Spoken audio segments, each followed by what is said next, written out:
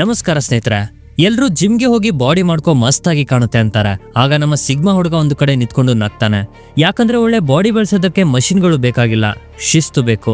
ಅದಕ್ಕೆ ಇವತ್ತು ನಾನು ನಿಮಗೆ ಒಂದು ವರ್ಕೌಟ್ ಪ್ಲಾನ್ ಅನ್ನ ಕೊಡ್ತಾ ಇದ್ದೀನಿ. ಅದರಿಂದ ನೀವು ಮನೆಯಲ್ಲೇ ಕೂತ್ಕೊಂಡು ಜಿಮ್ಗೆ ಹೋಗದೇನೆ ಒಂದು ರಿಯಲ್ ಅಟ್ರಾಕ್ಟಿವ್ ಸ್ಟ್ರಾಂಗ್ ಬಾಡಿಯನ್ನ ಮಾಡ್ಕೋಬಹುದು. ಇದು ಬರೀ ಸಾಮಾನ್ಯ ವರ್ಕೌಟ್ ಗೈಡ್ ಅಲ್ಲ, ಇದು ಒಂದು ಟ್ರಾನ್ಸ್ಫಾರ್ಮೇಶನ್ ಪ್ಲಾನ್. ಮನೆಯಲ್ಲೇ ಕೂತ್ಕೊಂಡು ಜಿಮ್ಗೆ ಹೋಗದೇನೆ ಕೆಲವೇ ದಿನಗಳಲ್ಲಿ ಒಂದು ಸ್ಟ್ರಾಂಗ್ ಮತ್ತು ಹೈ ವ್ಯಾಲ್ಯೂ ಸಿಗ್ಮಾ ಮೇಲ್ ತರ ಬಾಡಿ ಮಾಡ್ಕೋಬಹುದು. ಹಾಗಾಗಿ ನೀವು ನಿಜವಾಗ್ಲೂ ಪಕ್ಕ ದೇಸಿ ಸ್ಟೈಲ್ ಅಲ್ಲಿ ಮನೆಯಲ್ಲೇ ಕೂತ್ಕೊಂಡು ಬಾಡಿಯನ್ನ ಮಾಡಬೇಕು ಅಂತ ಇದ್ರೆ ಬೇಗ ಕಮೆಂಟ್ ಅಲ್ಲಿ ದೇಸಿ ಅಂತ ಬರೀರಿ. ಮತ್ತೆ ವಿಡಿಯೋವನ್ನ ನನ್ನ ಜೊತೆ ಕೊನೆವರೆಗೂ ನೋಡಿ. ಯಾಕಂದ್ರೆ ಸ್ನೇಹಿತರೆ, ಇವತ್ತಿನಿಂದ ನಿಮ್ಮ ಜೀವನ ಬದಲಾಗುತ್ತೆ. ಮೊದಲನೇದಾಗಿ ಒಂದು ಅಟ್ರಾಕ್ಟಿವ್ ಬಾಡಿ ಅಂದ್ರೆ ಏನು? ನೋಡೋಕೆ ಚೆನ್ನಾಗಿ ಕಾಣೋ ಒಂದು ರೀತಿಯಲ್ಲಿ ಸ್ಮಾರ್ಟ್ ಆಗಿ ಕಾಣೋ ಬಾಡಿನೇ ಅಟ್ರಾಕ್ಟಿವ್ ಬಾಡಿ. ಇದು ಬರೀ ದೊಡ್ಡದಾಗಿ ಉಬ್ಬಿದ ಮಸಲ್ ನಿಂದ ಆಗಿರೋದಿಲ್ಲ, ಬದಲಾಗಿ ಲೀನ್ ಮಸಲ್ಸ್ ಅನ್ನ ಇಟ್ಕೊಂಡು ಸರಿಯಾಗಿ ವಿ ಶೇಪ್ ಇರಬೇಕು, ಗ್ರೀಕ್ ಗಾಡ್ ನ ತರ. ಇದನ್ನ ಪ್ರಪಂಚಾದ್ಯಂತ ತುಂಬಾ ಆಕರ್ಷಕ ಮತ್ತೆ ಅಂದವಾಗಿ ಕಾಣೋ ಬಾಡಿ ಅಂತಾರೆ. ಇದನ್ನ ಒಂದು ಸರಿಯಾದ ರೂಟೀನ್ ಅನ್ನ ಇಟ್ಕೊಂಡು ಮನೆಯಲ್ಲೇ ಸುಲಭವಾಗಿ ಮಾಡ್ಕೋಬಹುದು. ಇದನ್ನ ಮೇಂಟೈನ್ ಮಾಡೋದು ತುಂಬಾ ಕಷ್ಟ ಏನಲ್ಲ, ಪ್ರತಿದಿನ 30 ನಿಮಿಷ ಸಾಕು. ಇದಕ್ಕಾಗಿ ನೀವು ಬರೀ ಈ 4 ಮಸಲ್ ಗ್ರೂಪ್ ಅನ್ನ ಟ್ರೈನ್ ಮಾಡಬೇಕು: ಚೆಸ್ಟ್, ಶೋಲ್ಡರ್, ಲೆಗ್ಸ್ ಮತ್ತೆ ಆಬ್ಸ್. ಇಷ್ಟು ಸಾಕು, ನೀವು ಬೇರೆ ಏನು ಮಾಡ್ಬೇಕಾಗಿಲ್ಲ. ಮೊದಲನೇದಾಗಿ ಚೆಸ್ಟ್ ವರ್ಕೌಟ್. ಎದೆಗೆ ನೀವು ಮುಖ್ಯವಾಗಿ 3 ವರ್ಕೌಟ್ ಗಳನ್ನ ಮಾಡಬಹುದು. ಒಂದನೇದು ಪುಷಪ್. ಪುಷಪ್ ಮಾಡೋಕೆ ಮೊದಲಿಗೆ ನಿಮ್ಮ ಕೈಗಳನ್ನ ಭುಜಗಳ ಅಗಲಕ್ಕೆ ಸಮಾನವಾಗಿಡಬೇಕು ಮತ್ತೆ ಕಾಲುಗಳನ್ನ ಹಿಂದೆ ನೇರವಾಗಿ ಚಾಚಿ ನಿಮ್ಮ ಬಾಡಿನ ಒಂದು ನೇರ ಲೈನ್ ನಲ್ಲಿ ಇಡಿ. ಈಗ ನಿಧಾನವಾಗಿ ನಿಮ್ಮ ದೇಹವನ್ನ ಕೆಳಗೆ ಇಳಿಸಿ ಎದೆಯನ್ನ ನೆಲಕ್ಕೆ ತಾಗುವವರೆಗೂ. ಆದ್ರೆ ನೆನ್ಪಿಟ್ಕೊಳ್ಳಿ, ನಿಮ್ಮ ಮೊಣಕೈಗಳು ತುಂಬಾ ಅಗಲವಾಗಿ ಹೋಗಬಾರ್ದು. ಅದನ್ನ 45 ಆಂಗಲ್ ಅಲ್ಲಿ ಮೇಂಟೈನ್ ಮಾಡಬೇಕು. ಇದರಿಂದ ನಿಮ್ಮ ಎದೆ ಮತ್ತೆ ಟ್ರೈಸೆಪ್ಗೆ ಹೆಚ್ಚು ಪ್ರೆಷರ್ ಬೀಳುತ್ತೆ. ಈ ಪೊಸಿಷನ್ ಅಲ್ಲಿ ಕೆಳಗೆ ಹೋಗಿ 1 ಸೆಕೆಂಡ್ ಹಿಡ್ಕೊಳ್ಳಿ. ನಂತರ ಎದೆಗೆ ಮಸಲ್ ಟೆನ್ಷನ್ ಫೀಲ್ ಆಗುತ್ತೆ. ಆ ನಂತರ ನಿಮ್ಮ ಎದೆ ಮತ್ತು ಟ್ರೈಸೆಪ್ ನ ಪೂರ್ತಿ ಶಕ್ತಿ ಹಾಕಿ ಮೇಲೆ ಎತ್ತಿ. ಹೀಗೆ ನಿಮ್ಮ 1 ಪುಷಪ್ ಕಂಪ್ಲೀಟ್ ಆಗುತ್ತೆ. ಈ ತರ ನೀವು 10ರಿಂದ 12 ರೆಪ್ಸ್ ಅನ್ನ ಕಂಪ್ಲೀಟ್ ಮಾಡಬೇಕು. ಜೊತೆಗೆ 4 ಸೆಟ್ ಗಳನ್ನ ಹಾಕಬೇಕು. ಇದು ನಿಮ್ಮ ಎದೆಗಳನ್ನ ಅಗಲ ಮಾಡಿ ಮತ್ತೆ ಟ್ರೈಸೆಪ್ ಅನ್ನ ಗಟ್ಟಿ ಮುಟ್ಟಾಗಿ ಮಾಡುತ್ತೆ. ಎರಡನೇದು ವೈಡ್ ಪುಷಪ್. ನಿಮ್ಮ ಎದೆಯ ಅಗಲ ತುಂಬಾ ಕಡಿಮೆ ಇದ್ರೆ ಮತ್ತೆ ನಿಮಗೆ ವೈಡ್ ಮಸಲ್ ಇರುವ ಬಾಡಿ ಬೇಕಾಗಿದ್ರೆ ಆಗ ನಿಮಗೆ wide push-up best. Normal push-up ಗಳಿಗೆ ಹೋಲಿಸಿದ್ರೆ ಇದರಲ್ಲಿ ನಿಮ್ಮ ಎದೆ ಮಸಲ್ ಮೇಲೆ ತುಂಬಾ ಲೋಡ್ ಬೀಳುತ್ತೆ. ಇದರಿಂದ ನಿಮ್ಮ ಮೇಲಿನ ಬಾಡಿ ವೈಡ್ ಮತ್ತೆ ಮಸ್ಕ್ಯುಲರ್ ಆಗಿ ಕಾಣುತ್ತೆ. ಇದನ್ನ ಮಾಡೋಕೆ ಮೊದಲಿಗೆ ನಿಮ್ಮ ಕೈಗಳನ್ನ ಭುಜಗಳಿಗಿಂತ ಸ್ವಲ್ಪ ಅಗಲವಾಗಿ ಇಡಿ ಮತ್ತೆ ನಿಧಾನವಾಗಿ ಪ್ಲಾಂಕ್ ಪೊಸಿಷನ್ಗೆ ಬನ್ನಿ. ನಿಮ್ಮ ಬೆನ್ನನ್ನ ನೇರವಾಗಿ ಇಡಿ ಮತ್ತೆ ನಿಮ್ಮ ಕೋರ್ ಟೈಟ್ ಆಗಿರ್ಲಿ, ಆಗ ಮೂವ್ಮೆಂಟ್ ಸರಿಯಾಗಿರುತ್ತೆ. ಈಗ ಇದೇ ಪೊಸಿಷನ್ ಅಲ್ಲಿ ನಿಧಾನವಾಗಿ ಕೆಳಗೆ ಹೋಗಿ ನಿಮ್ಮ ಎದೆಯನ್ನ ನೆಲಕ್ಕೆ ತಳ್ಳಿ. ಹೀಗೆ ಕೆಳಗೆ ಹೋಗುವಾಗ ನಿಮ್ಮ ಎದೆಯ ಮಸಲ್ ಮೇಲೆ ಚೆನ್ನಾಗಿ ಸ್ಟ್ರೆಚ್ ಆಗ್ಬೇಕು. ಆಗ ನಿಮ್ಮ ಮಸಲ್ ಪೂರ್ತಿಯಾಗಿ ಆಕ್ಟಿವೇಟ್ ಆಗಿರೋದು ಗೊತ್ತಾಗುತ್ತೆ. ಮತ್ತೆ ಹೀಗೆ 1 ಸೆಕೆಂಡ್ ಅನ್ನ ಹೋಲ್ಡ್ ಮಾಡಿ, ಆಮೇಲೆ ಪೂರ್ತಿ ಶಕ್ತಿ ಹಾಕಿ ಮೇಲೆ ಬನ್ನಿ. ಈ ಪುಷಪ್ ನಿಮಗೆ ಭಾರಿ ರಿಸಲ್ಟ್ ಕೊಡುತ್ತೆ. ಆದ್ರೆ ಶುರುವಿನಲ್ಲಿ ಇದು ಕಷ್ಟ ಅನ್ಸಿದ್ರೆ ನೀವು ಮೊಣಕಾಲನ್ನ ಕೆಳಗೆ ಊರಿ ಇದನ್ನ ಮಾಡಬಹುದು. ಈ ರೀತಿ ಮಾಡೋದ್ರಿಂದ ನಿಮಗೆ ಶುರುವಿನಲ್ಲಿ ಸುಲಭ ಅನ್ಸುತ್ತೆ, ಆಮೇಲೆ ನೀವು ಪುಷಪ್ ಮಾಡೋಕೆ ಕಲ್ಕೊಳ್ತೀರಾ. ಆದ್ರೆ ಒಮ್ಮೆ ನೀವು ಚೆನ್ನಾಗಿ ಮಾಡೋದಕ್ಕೆ ಕಲಿತ ಮೇಲೆ ನಿಮ್ಮ ಶಕ್ತಿಯನ್ನ ನೆಕ್ಸ್ಟ್ ಲೆವೆಲ್ಗೆ ತಗೊಂಡು ಹೋಗೋದಕ್ಕೆ ನಿಮ್ಮ ಬೆನ್ನ ಮೇಲೆ ಸ್ವಲ್ಪ ತೂಕವನ್ನ ಇಡಬೇಕು. ಒಂದು ಬ್ಯಾಕ್ ಪ್ಯಾಕ್ ಅಥವಾ ಮನೆಯಲ್ಲೇ ಯಾವ್ದಾದ್ರು ಭಾರವಾದ ಸಾಮಾನನ್ನ ಇಟ್ಕೊಂಡು ಇದೇ ರೀತಿ ಪುಷಪ್ ಅನ್ನ ಕಂಪ್ಲೀಟ್ ಮಾಡಬೇಕು. ಇದರಿಂದ ನಿಮಗೆ ಇನ್ನೂ ಹೆಚ್ಚು ರೆಸಿಸ್ಟೆನ್ಸ್ ಸಿಗುತ್ತೆ. ಈ ವರ್ಕೌಟ್ ನಿಂದ ನಿಮ್ಮ ಎದೆ ದೊಡ್ಡದಾಗಿ ಬೆಳೆಯುತ್ತೆ. ಇದನ್ನ ಸರಿಯಾಗಿ ಮಾಡಿದ್ರೆ ಕೆಲವೇ ದಿನಗಳಲ್ಲಿ ನಿಮ್ಮ ಚೆಸ್ಟ್ ಅಗಲವಾಗಿ ಕಾಣುತ್ತೆ. ಇದರಿಂದ ನಿಮ್ಮ ಅಪ್ಪರ್ ಬಾಡಿ ವಿ ಶೇಪ್ ಗೆ ಬರುತ್ತೆ. ಜೊತೆಗೆ ಇದು ನಿಮಗೆ ಒಂದು ಸ್ಟ್ರಾಂಗ್ ಡಾಮಿನೇಟಿಂಗ್ ಲುಕ್ ಅನ್ನ ಕೊಡುತ್ತೆ. ಮೂರನೇದು ಡೈಮಂಡ್ ಪುಷಪ್. ನಿಮ್ಮ ಎದೆಯ ಮೇಲೆ ಈ ರೀತಿ ಜಾಸ್ತಿ ಕೊಬ್ಬು ಸೇರ್ಕೊಂಡಿದ್ರೆ ಇದು ನಿಮಗೆ ಕರಗಿಸೋಕೆ ಒಳ್ಳೆ ವರ್ಕೌಟ್. ನೀವು ಡೈಮಂಡ್ ಪುಷಪ್ ಅನ್ನ ಮಾಡಬೇಕು. ಇದು ನಿಮ್ಮ ಎದೆಯ ಮೇಲಿನ ಭಾಗ ಮತ್ತೆ ಟ್ರೈಸೆಪ್ಗೆ ಎಕ್ಸ್ಟ್ರೀಮ್ ಲೆವೆಲ್ ಆಗಿ ಪಂಪ್ ಕೊಡುತ್ತೆ. ಇದನ್ನ ಮಾಡೋಕೆ ನೀವು ಮೊದಲು 2 ಕೈಗಳನ್ನ ಈ ರೀತಿ ಸೇರಿಸಿ ಡೈಮಂಡ್ ಶೇಪ್ ಅಲ್ಲಿ ಇಟ್ಕೋಬೇಕು. ಮತ್ತೆ ಇದನ್ನ ಪ್ಲಾಂಕ್ ಪೊಸಿಷನ್ಗೆ ತಗೊಂಡು ಹೋಗಿ ಕೋರನ್ನ ಟೈಟ್ ಆಗಿ ಇಟ್ಕೊಂಡು ನಿಧಾನವಾಗಿ ಪುಷಪ್ ಮಾಡಬೇಕು. ಇದರಿಂದ ನಿಮ್ಮ ಟ್ರೈಸೆಪ್ ಮತ್ತೆ ಎದೆ ಮೇಲೆ ಭಾರಿ ಪ್ರೆಷರ್ ಬೀಳುತ್ತೆ.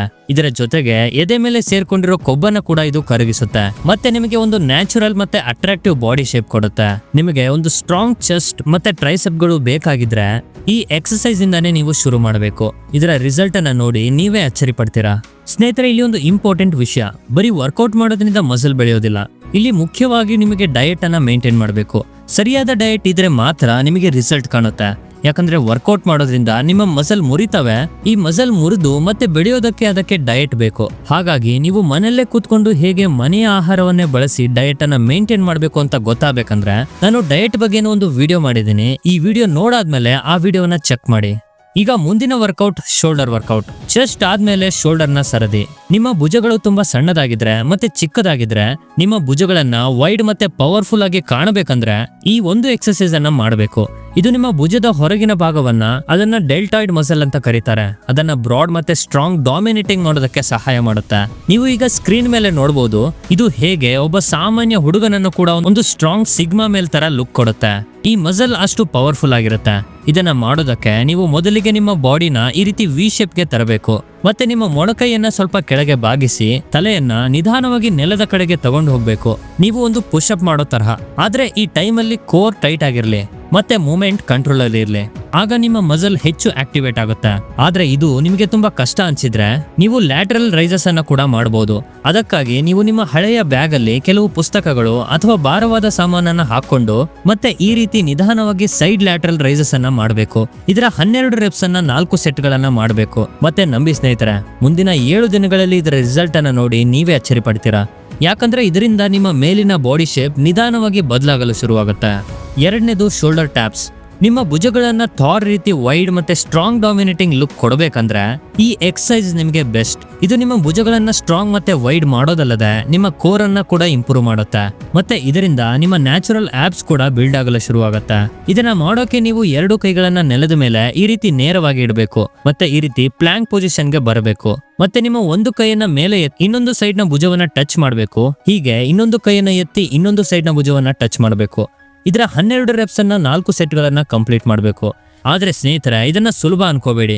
ಯಾಕಂದ್ರೆ ಇದನ್ನ ಮಾಡೋದ್ರಿಂದ ನಿಮ್ಮ ಶೋಲ್ಡರ್ ಮೇಲೆ ಭಾರಿ ಲೋಡ್ ಬೀಳುತ್ತೆ. ಇದರಿಂದ ನೀವು ಮನೆಯಲ್ಲೇ ಕೂತ್ಕೊಂಡು ಶೋಲ್ಡರ್ ಗಳನ್ನ ಪವರ್ಫುಲ್ ಮತ್ತೆ ವೈಡ್ ಆಗಿ ಮಾಡಬಹುದು. Next workout, legs workout. ನಿಮ್ಮ ಅಪ್ಪರ್ ಬಾಡಿಯನ್ನ ಸ್ಟ್ರಾಂಗ್ ಮತ್ತೆ ವೈಡ್ ಮಸಲ್ ಆಗಿ ಮಾಡೋದ್ರಲ್ಲಿ ಅನುಮಾನನೇ ಇಲ್ಲ. ಆದ್ರೆ ಈ ಮಧ್ಯೆ ನಿಮ್ಮ ಕಾಲುಗಳು ವೀಕ್ ಮತ್ತೆ ಸಣ್ಣ ಆಗಿದ್ರೆ ನಿಮ್ಮ ಓವರ್ ಆಲ್ ಲುಕ್ ಚೆನ್ನಾಗಿ ಕಾಣೋದಿಲ್ಲ. ಅದಕ್ಕೆ ಕಾಲುಗಳನ್ನು ಕೂಡ ಸರಿಯಾದ ರೀತಿಯಲ್ಲಿ ಟ್ರೈನ್ ಮಾಡೋದು ತುಂಬಾನೇ ಮುಖ್ಯ. ಇದಕ್ಕೆ ನೀವು ಈ 2 ಎಕ್ಸರ್ಸೈಸ್ ಗಳನ್ನ ಮಾಡಬೇಕು. ಒಂದನೇದು ಸ್ಕ್ವಾಟ್ಸ್. ಇದನ್ನ ಮಾಡೋದಕ್ಕೆ ನೀವು 2 ಕಾಲುಗಳನ್ನು ಭುಜಗಳ ಸಮಾನಕ್ಕೆ ಚಾಚಿ ಮತ್ತೆ ಬೆನ್ನನ್ನ ನೇರವಾಗಿ ಇಟ್ಕೊಂಡು ನಿಧಾನವಾಗಿ ಕೆಳಗೆ ಕೂತ್ಕೊಳ್ಳಿ. ಈ ಪೊಸಿಷನ್ ಅಲ್ಲಿ 1 ಸೆಕೆಂಡ್ ಅನ್ನ ಹೋಲ್ಡ್ ಮಾಡಿ ಮತ್ತೆ ನಿಧಾನವಾಗಿ ಮೇಲೆ ಬನ್ನಿ. ಈ ಪೂರ್ತಿ ಮೂಮೆಂಟ್ ಅಲ್ಲಿ ನೀವು ಹೆಚ್ಚು ಕಂಟ್ರೋಲ್ ಮತ್ತೆ ಬ್ಯಾಲೆನ್ಸ್ ಅನ್ನ ತೋರಿಸಬೇಕು. ಮತ್ತೆ ಇದರಿಂದ ನಿಮ್ಮ ತೊಡೆಗಳ ಮೇಲೆ ಟೆನ್ಷನ್ ಫೀಲ್ ಆಗುತ್ತೆ. ಆದ್ರೆ ನಿಮಗೆ ಇದು ತುಂಬಾ ಸುಲಭ ಅನ್ಸಿದ್ರೆ ನಿಮ್ಮ ಕೈಗಳಲ್ಲಿ ಒಂದು ಬ್ಯಾಕ್ ಪ್ಯಾಕ್ ಅಥವಾ ತೂಕದ ವಸ್ತುವನ್ನ ಇಟ್ಕೊಂಡು ಈ ಸ್ಕ್ವಾಟ್ಸ್ ಅನ್ನ ಮಾಡಬೇಕು. ಆಗ ನಿಮ್ಮ ಕಾಲುಗಳ ಓವರ್ ಆಲ್ ಸ್ಟ್ರೆಂತ್ ಕೂಡ ಹೆಚ್ಚಾಗುತ್ತೆ. ಇದರಿಂದ ನಿಮ್ಮ ರನ್ನಿಂಗ್, ಜಂಪಿಂಗ್, ಅಥ್ಲೆಟಿಕ್ ಪರ್ಫಾರ್ಮೆನ್ಸ್ ಕೂಡ ತಾನಾಗೆ ಹೆಚ್ಚಾಗುತ್ತೆ. ಮತ್ತೆ ಸ್ನೇಹಿತರೆ, ಸರಿಯಾದ ರೀತಿಯಲ್ಲಿ ಈ ಲೆಗ್ಸ್ ವರ್ಕೌಟ್ ಅನ್ನ ನೀವು ಮಾಡಿದ್ರೆ ನಿಮ್ಮ ಟೆಸ್ಟೋಸ್ಟಿರಾನ್ ಪ್ರೊಡಕ್ಷನ್ ಕೂಡ ಜಾಸ್ತಿ ಆಗುತ್ತೆ. ಇದರ 12 ರೆಪ್ಸ್ ಅನ್ನ 4 ಸೆಟ್ ಗಳನ್ನ ನೀವು ಮಾಡಬೇಕು. ಇದರಿಂದ ನಿಮಗೆ ರಿಸಲ್ಟ್ ಸರಿಯಾಗಿ ಕಾಣುತ್ತೆ. ಎರಡನೇದು ಲಂಜಸ್. ಲಂಜಸ್ ನಿಮ್ಮ ಕಾಲುಗಳನ್ನ ಸರಿಯಾದ ಶೇಪ್ಗೆ ಕೊಡೋದಕ್ಕೆ ಕೆಲಸ ಮಾಡುತ್ತೆ. ಅದಕ್ಕೇನೆ ಪ್ರತಿಯೊಬ್ಬ ಅಥ್ಲೆಟಿಕ್ ಕೂಡ ಇದನ್ನ ಫಾಲೋ ಮಾಡ್ತಾನೆ. ಇದನ್ನ ನೀವು ಮಾಡೋಕೆ ನೇರವಾಗಿ ನಿಂತ್ಕೊಳ್ಬೇಕು. ಮತ್ತೆ ನೀವು ಒಂದು ಕಾಲನ್ನ ಮುಂದೆ ಇಟ್ಟು ಬಾಡಿನ ಸ್ವಲ್ಪ ಕೆಳಗೆ ಬಗ್ಗಿಸ್ಬೇಕು. ನೀವು ಬೇಕಿದ್ರೆ ಹಿಂದಿನ ಮೊಣಕಾಲನ್ನ ನೆಲಕ್ಕೆ ಟಚ್ ಕೂಡ ಮಾಡಬಹುದು, ಏನು ತೊಂದರೆ ಆಗೋದಿಲ್ಲ. ಇದೇ ರೀತಿ ಇನ್ನೊಂದು ಕಾಲಿನ ಜೊತೆಗೂ ಮಾಡಬೇಕು. ಆದ್ರೆ ನೆನಪಿರಲಿ, ಇದನ್ನ ಮಾಡುವಾಗ ನಿಮ್ಮ ಬೆನ್ನು ನೇರವಾಗಿರ್ಬೇಕು. ಆಗ ನಿಮ್ಮ ಕಾಲುಗಳ ಮೇಲೆ ಮಸಲ್ ಟೆನ್ಷನ್ ಫೀಲ್ ಆಗುತ್ತೆ. ನೀವು ಎಷ್ಟು ಹೆಚ್ಚು ಮಸಲ್ ಟೆನ್ಷನ್ ಫೀಲ್ ಮಾಡ್ತಿರೋ ಅಷ್ಟು ಒಳ್ಳೆ ರಿಸಲ್ಟ್ ನಿಮ್ಗೆ ಸಿಗುತ್ತೆ. ಬಿಗಿನರ್ಸ್ ಇದನ್ನ ತೂಕ ಇಲ್ಲದೆ ಮಾಡಬಹುದು. ಆದ್ರೆ ಅಡ್ವಾನ್ಸ್ ಲೆವೆಲ್ ಅಲ್ಲಿ ಮಾಡೋ ಇದರ ಜೊತೆಗೆ ನೀವು ಡಂಬಲ್ ಅಥವಾ ಮನೆಯಲ್ಲಿ ಯಾವುದೇ ಆದ ತೂಕ ವಸ್ತುವನ್ನ ಇಟ್ಕೊಂಡು ಇದನ್ನ ಟ್ರೈ ಮಾಡಿ ನೋಡಿ. ಇದನ್ನು ಕೂಡ ನೀವು 12 ರೆಪ್ಸ್ ಹಾಗೂ 4 ಸೆಟ್ ಗಳನ್ನ ಮಾಡಬೇಕು. ಮುಂದಿನ ವರ್ಕೌಟ್, ಆಬ್ಸ್. ಕಾಲುಗಳಾದ್ಮೇಲೆ ಹೊಟ್ಟೆಯ ಸರದಿ. ನಿಮ್ಮ ಹೊಟ್ಟೆಯ ಮೇಲೆ ತುಂಬಾ ಕೊಬ್ಬು ಸೇರ್ಕೊಂಡಿದ್ರೆ ಈ ಲೆಗ್ ರೈಸಸ್ ಎಕ್ಸರ್ಸೈಸ್ ನಿಮ್ಗೆ ಬೆಸ್ಟ್. ಇದು ನಿಮ್ಮ ಕೊಬ್ಬನ್ನ ಕರಗಿಸುತ್ತೆ. ನಿಮಗೆ ಮನೆಯಲ್ಲೇ ಕೂತ್ಕೊಂಡು ಮಸಲ್ ಇರುವ ಆಬ್ಸ್ ಅನ್ನ ಬಿಲ್ಡ್ ಮಾಡುತ್ತೆ. ಇದನ್ನ ಮಾಡೋಕೆ ನೀವು ಬೆನ್ನನ್ನ ನೇರವಾಗಿ ಇಟ್ಕೋಬೇಕು. ಮತ್ತೆ ನಿಮ್ಮ 2 ಕಾಲುಗಳನ್ನ ನೆಲದ ಮೇಲೆ ಈ ರೀತಿ ಇಡಬೇಕು. ನಂತರ ನಿಮ್ಮ ಕಾಲುಗಳನ್ನ ನಿಧಾನವಾಗಿ ಈ ರೀತಿ ಮೇಲೆ ಎತ್ತಿದಾಗ ನಿಮಗೆ ಆಬ್ಸ್ ಅಲ್ಲಿ ಟೆನ್ಷನ್ ಫೀಲ್ ಆಗುತ್ತೆ. ಇದನ್ನ 90 ಡಿಗ್ರಿ ಆಂಗಲ್ ಗೆ ತಗೊಂಡು ಹೋಗ್ಬೇಕು. ಮತ್ತೆ ನಂತರ ನಿಧಾನವಾಗಿ ಇದನ್ನ ಕೆಳಗೆ ತರಬೇಕು. ಹೀಗೆ ಮಾಡೋದ್ರಿಂದ ನಿಮ್ಮ ಆಬ್ಸ್ ಮೇಲೆ ಭಾರಿ ಟೆನ್ಷನ್ ಫೀಲ್ ಆಗುತ್ತೆ. ಇದರ ನಿಮಗೆ ಮ್ಯಾಕ್ಸಿಮಮ್ ರಿಸಲ್ಟ್ ಸಿಗಬೇಕಂದ್ರೆ 12 ರೆಪ್ಸ್ ಅನ್ನ ಮಾಡಬೇಕು. ಮತ್ತೆ 4 ಸೆಟ್ ಗಳನ್ನ ಹಾಕ್ಬೇಕು. ಹೀಗೆ ಮಾಡೋದ್ರಿಂದ ಕೆಲವೇ ದಿನಗಳಲ್ಲಿ ನಿಮ್ಮ ಆಬ್ಸ್ ಹೊರಬರೋದಕ್ಕೆ ಶುರುವಾಗುತ್ತೆ. ಆದ್ರೆ ನಿಮಗೆ ನಿಮ್ಮ ಹೊಟ್ಟೆಯ ಭಾಗದಲ್ಲಿ ತುಂಬಾ ಕೊಬ್ಬು ಇದ್ರೆ ಅದನ್ನ ತೆಗೆದು ಹಾಕಿ ಶಾರ್ಪ್ ಮಾಡೋದಕ್ಕೆ ಬೈಸಿಕಲ್ ಕ್ರಂಚಸ್ ತುಂಬಾ ಒಳ್ಳೆ ಆಪ್ಷನ್. ಇದನ್ನ ಮಾಡೋದಕ್ಕೆ ನೀವು ನೇರವಾಗಿ ಮಲ್ಕೊಂಡು ನಿಮ್ಮ 2 ಕೈಗಳನ್ನ ತಲೆಯ ಹಿಂದೆ ಈ ರೀತಿ ಇಟ್ಕೊಳ್ಳಿ. ಮತ್ತೆ ನಿಮ್ಮ ಕಾಲುಗಳನ್ನ ಗಾಳಿಯಲ್ಲಿ ಈ ರೀತಿ ಸೈಕಲ್ ಓಡಿಸ್ತಾ ಇರೋ ತರ ಆಕ್ಷನ್ ಮಾಡಿ. ಮತ್ತೆ ನಿಮ್ಮ ಮೊಣಕೈಗಳಿಂದ 2 ಕಾಲುಗಳನ್ನ ಒಂದೊಂದಾಗಿ ಟಚ್ ಮಾಡಿ.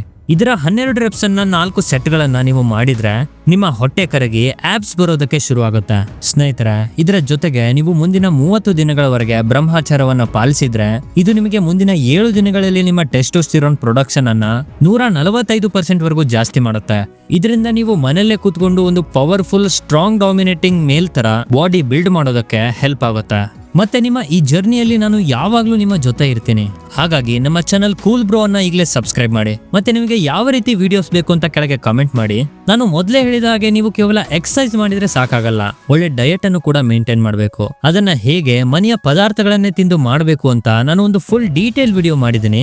ಇಲ್ಲಿ ಸ್ಕ್ರೀನ್ ಮೇಲೆ ಕಾಣ್ತಾ ಇದೆ, ಈಗಲೇ ಹೋಗಿ ನೋಡಿ. ಈ ವಿಡಿಯೋವನ್ನ ಕೊನೆವರೆಗೂ ನೋಡಿದಕ್ಕೆ ಧನ್ಯವಾದಗಳು. ಸಿಗುವ ಮುಂದಿನ ವಿಡಿಯೋದಲ್ಲಿ.